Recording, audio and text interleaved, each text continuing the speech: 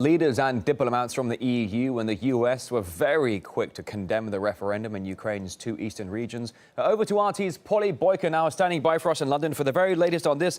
Good to see you, Polly. Can you tell us what you know?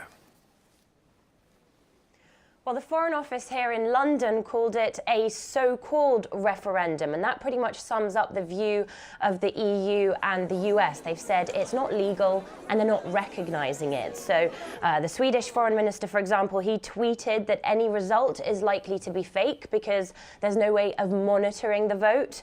And while condemning the vote on Saturday, Francois Hollande and Angela Merkel spoke of potentially imposing more sanctions against Russia if it disrupts the upcoming presidential elections. And the EU's top diplomat, Catherine Ashton, she said that those who organised the referendum have no democratic legitimacy. Now, that word democratic is very interesting here because the protests in Maidan in Kiev that overthrew the former president Viktor Yanukovych, they were democratic in the eyes of the US and the EU.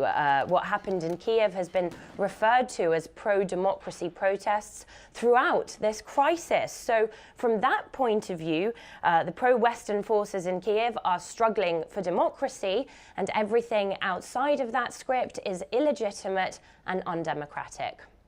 All right, RT's Polly Boyker there live in London. Thanks for that.